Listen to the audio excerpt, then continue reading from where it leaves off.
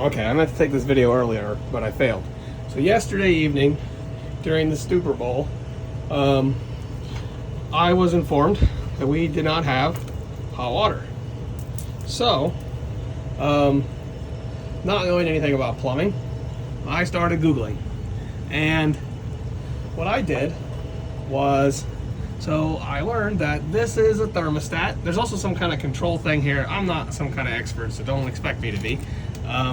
But essentially, this yellow wire, which I removed, went from that guy to this guy, which looks like this one. Not the same anyway. I did just make a mistake. I got everything wet, but oh well. It's a water heater. Yeah, I'll just wait for it to dry. I don't care. But essentially, I bypassed the... My whole configuration is set up in a single element at a time. I guess, again, I'm not an expert. I don't do this stuff all the time. But the way I understand it is you can configure these things to run simultaneously, and you can configure these things to run non-simultaneously, which is actually what they put in the manual. My manual that's here is for a different water heater, so that wasn't helpful. Thanks, Home Builder. This thing's got to be, what, 7 years old now? So 6 years old. But I use a lot of water because I'm kind of a jerk. Also, my water kind of sucks. Anyway, so I just took this out.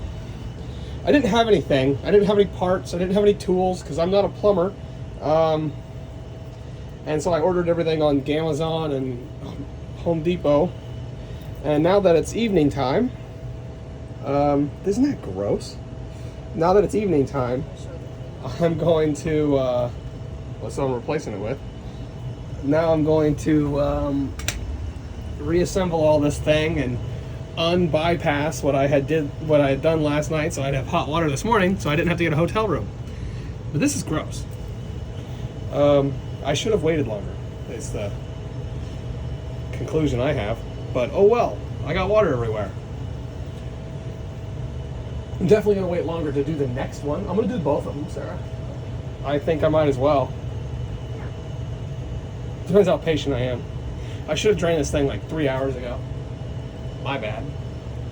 But yeah, this also kind of set me down a maintenance rabbit hole. So this thing has the original anode rods in it, and I do not plan to check them yearly.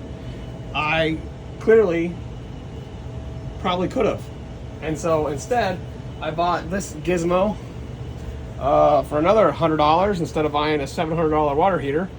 I'm gonna get this gizmo, and it requires electricity, but with a trickle of electricity, I don't have to check it, I don't have to maintenance it, which is a good trade-off for me.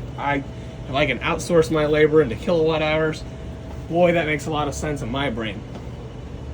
But yeah, last night I had this thing all taken apart, had to understand what was going on, had to kind of wrap my head around it.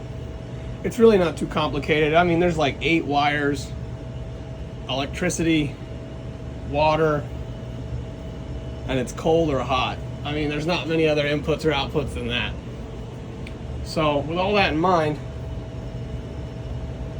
I mean, I gotta wait for this to drain. This is taking forever. This is the slowest I've ever seen 50 gallons go down the drain. What's awful is when I started undoing it, the water was warm, Sarah.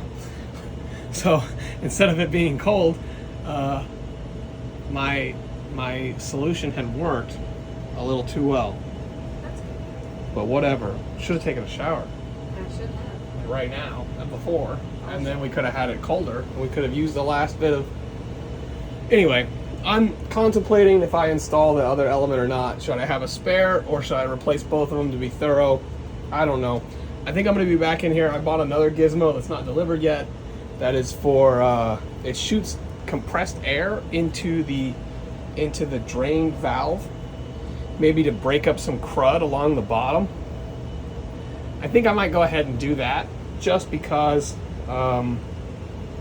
again, these items are like $30, and this whole water heater is like $700, and I'm sure by the time I pay someone to haul it in here, it's $800, and by the time I pay someone else to hook it up, because I'm tired of screwing with it, it's $900. So why not spend $300 now and just get her resolved myself. My utility closet, kind of gross. It's the intersection of a lot of cat hair. We can put like a sweep right here and it'd probably make a difference, but whatever. Anyway, if I don't completely break this thing, I'll splice this video together later. Do you pay for both of them? So, here's the old one and the new one. Now they are different materials. I believe this one is more expensive, but I got the cheap one because I'm cheap. Actually, I got it because the kit was going to give me every single part I needed, regardless of what was broken, at the sacrifice of not getting the best version of the part. But that's okay. Here's the fail right here. So I actually, like, see how it's all tore up right there?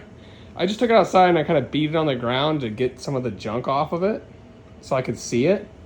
I was trying to figure out exactly where the break was, and it's right there in the end. So one of the tools I was missing to start this project was this thing, and it's like $7. I think I'm getting my brother one of these for his birthday, because nobody has these in their garage when you need it. It's a 1.5 inch socket, but this is like a gizmo you could just put a screwdriver through and use it as a lever instead of trying to use a ratchet. I mean, actually my brother probably has a 1.5 inch socket, so maybe I don't need to do that. If someone has one, he does. Not me though, I don't have that kind of tool, so whatever. All right, so here's all we're doing for tonight. This is wet. I don't want to screw with this all night tonight. I didn't want to wait for it to drain, so we're only replacing one element. I wired it back up to non-simultaneous dual element mode. We're currently filling the thing back up with water. Once the faucet runs a steady stream of lukewarm / cold water coming out of the water heater, I will flip the breaker back on. We also used a hair dryer I had Sarah use a hair dryer to dry off this guy down here because I just don't want it to short when I first turn it back on. I'm sure it happens all the time. I'm sure it's not a problem. Breaker probably would have tripped if it were a problem. Whatever.